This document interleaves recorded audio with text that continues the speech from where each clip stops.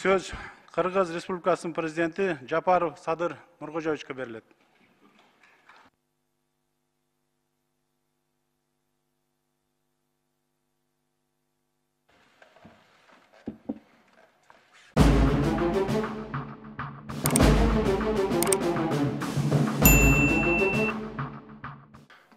Саламатсыздарбы, урматтуу депутаттар, кадырлуу эл өкүлдөрү. Эң алды менен кече жакында эле белгиленген мамлекеттик туубуздун 30 жылдыгы менен куттуктап кетүүгө уруксат этиңиздер. Мыйзам чыгаруу бийлиги мындан туура 30 жыл мурун Кыргыз элинин байыркы тарыхында мамлекеттүүлүгү болгонун, анын далили катары кызыл байрагы желбиреп келгенин дүйнө элине жеткирип, мамлекеттик туу жөнүндө мыйзам кабыл алып берген эле. Мына ошондуктан ошол кездеги эл өкүлдөрүнө жана алардын мураскор катары бүгүнкү Жогорку Кеңеш депутаттарына ыраазычылык билдирем.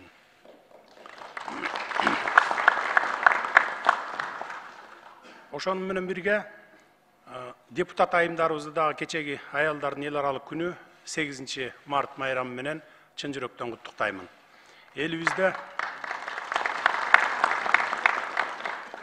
Элибизде эзелтеден эле кыз кишиге өзгөчө мамиле, сый урмат көрсөтүп келгени белгилүү. Бүгүн дагы жалпы аял затына, анын ичинде сиздерге бардык жакшылыктарды каалайм, бар болуңуздар. Ал эми бүгүнкү Жогорку Кеңеш жыйынында мыйзамга ылайык эл өкүлдөрүнүн жана президенттин алдында ант берген жаңы министрлерибизге тилегим, эл үчүн кызмат кылам деп берген антыңыздарды эстен чыгарбасаңыздар.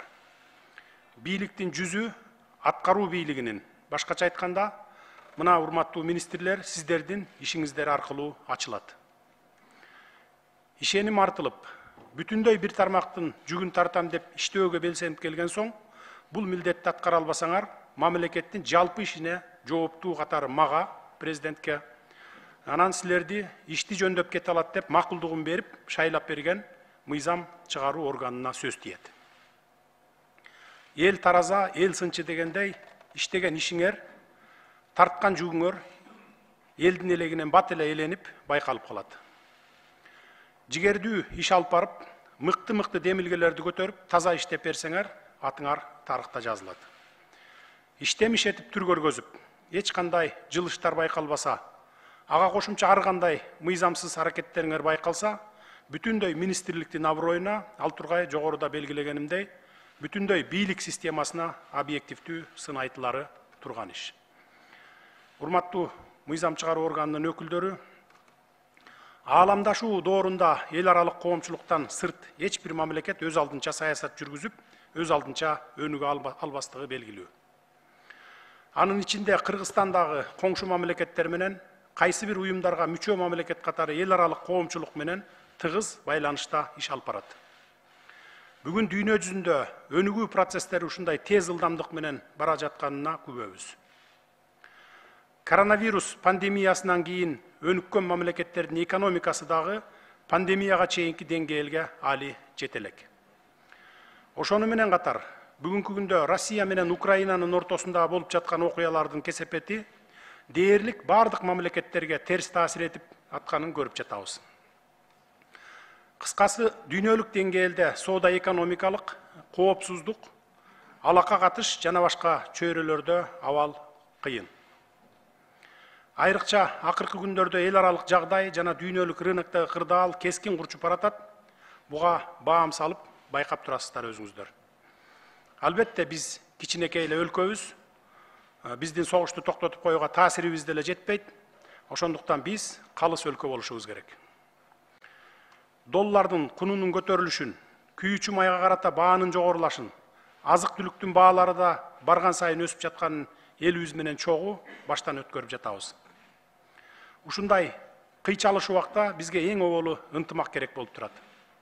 Ынтымак бар жерде ырыс бар деген накыл кеп бар элибизде. Бизге капшабы тийип жаткан сырткы таасирлерди жумшартуу максатында бийлик бутактарынын жасаган иши менен айткан сөз айкалышып, бир багытты көздөп, бир муштумга бириккендей иш алып барышыбыз абадай зарыл болуп турган чак. Мен өткөндө министрлер кабинети тарабынан жогоруда тизмектелген каатчылыкка каршы иш чаралар планы иштелип чыккандыгын айттым эле. Албетте, биздин биринчи приоритетибиз экономикалык потенциалыбызды мүмкүн болушунча сактап калуу болууда. Сиздерде дагы жакшы ой пикир, жакшы сунуштар бар экенине ишенем. Болгону бири-бирибизди сындап, кылдан кыйкым издебей, ишибизди илгерилетүүнүн үстүндө гана болсок деген тилек. Башкага убакыт жок. Дүйнөлүк экономикалык агым, баалардын өсүү темпи бизди сындашып, акыйлашып олтурганыбызга карабайт. Амбицияларыбызды жыйыштырып, оппозиция, позиция дебей, жалпы журтубуз менен бул сыноодон татыктуу өтүү үчүн колдон келгендин баарын ыкчам түрдө ишке ашыруубуз мезгил талабы болуп турат. Мына бүгүн кумтөр маселесин колдоп бердиңиздер, терең ыраазычылык билдирем. Алдыда дагы бир топ орчундуу маселелер мамлекетибизди экономикалык кризистен чыгарып кетүүчү эң чоң долбоорлор болот. Аларды да сиздерге алып келебиз. Сиздер менен биргеликте коркпой, эки жакты карап кылчактабай, чечкиндүү кадамдарга барып, тездик менен алдыга жылууну уланта беребиз. Кризистик абал бара-бара оорлошо бере турган болсо, өлкөнүн азык-түлүк коопсуздугун камсыз кылуу үчүн болгон күчүбүздү, бар мүмкүнчүлүгүбүздү жумшоого туура келет. Андыктан министрлер кабинети негизги басымды айыл чарбасына жасап, айдоо жерлерибизди кысыр калтырбай эгин эгип, жалпы эле айыл чарба продуктыларын өндүрүү менен аларды кайра иштетүүгө өзгөчө көңүл буруп жатканы дагы ушундан. Кудайга шүгүр, мээнеткеч иштегенден талбаган дыйкан элибиз бар.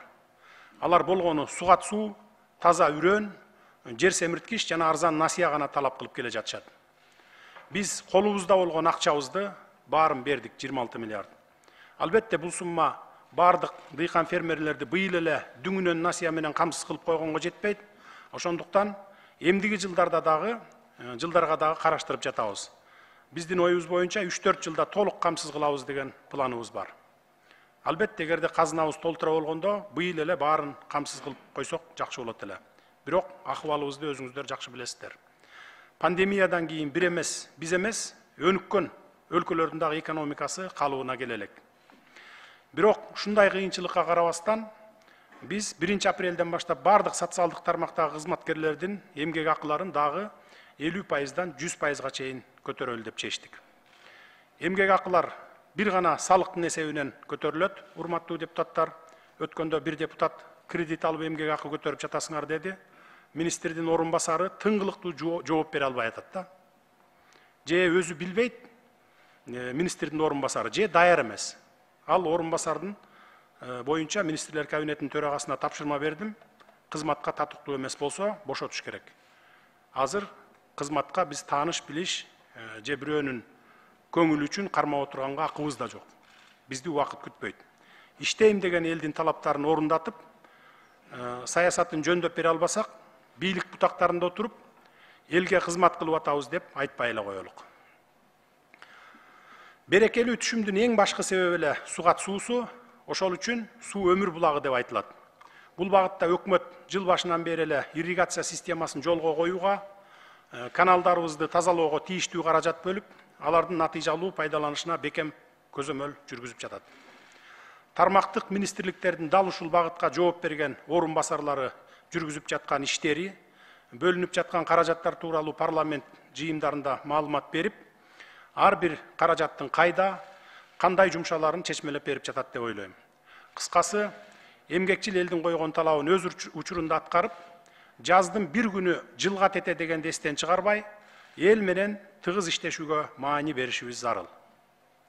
Ыкчам чечүүнү талап кылган маселелер боюнча мен өткөндө да айттым эле, министрлер кабинетинин чоң жыйынына келип, өз маалында маселе коюп, жообун алсаңыздар болот. Министрлер кабинетинин толук курамынын жыйыны ар бир 5-күн сайын кечки саат 18:00-дө өтүп турат. Ар бир депутат үчүн эшик ачык. Сиздер барып катышканга акылуусуздар. Сөзүмдүн акырында ишибиздин ыкчам жүрүш үчүн тыгыз байланыштагы ыкмалар, иш аракеттер менен кызматташуу болсо деген тилегим бар.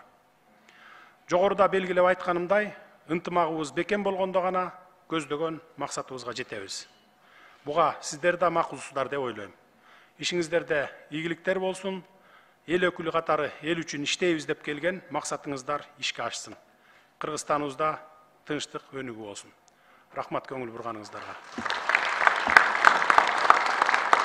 Саламатта калыңыздар.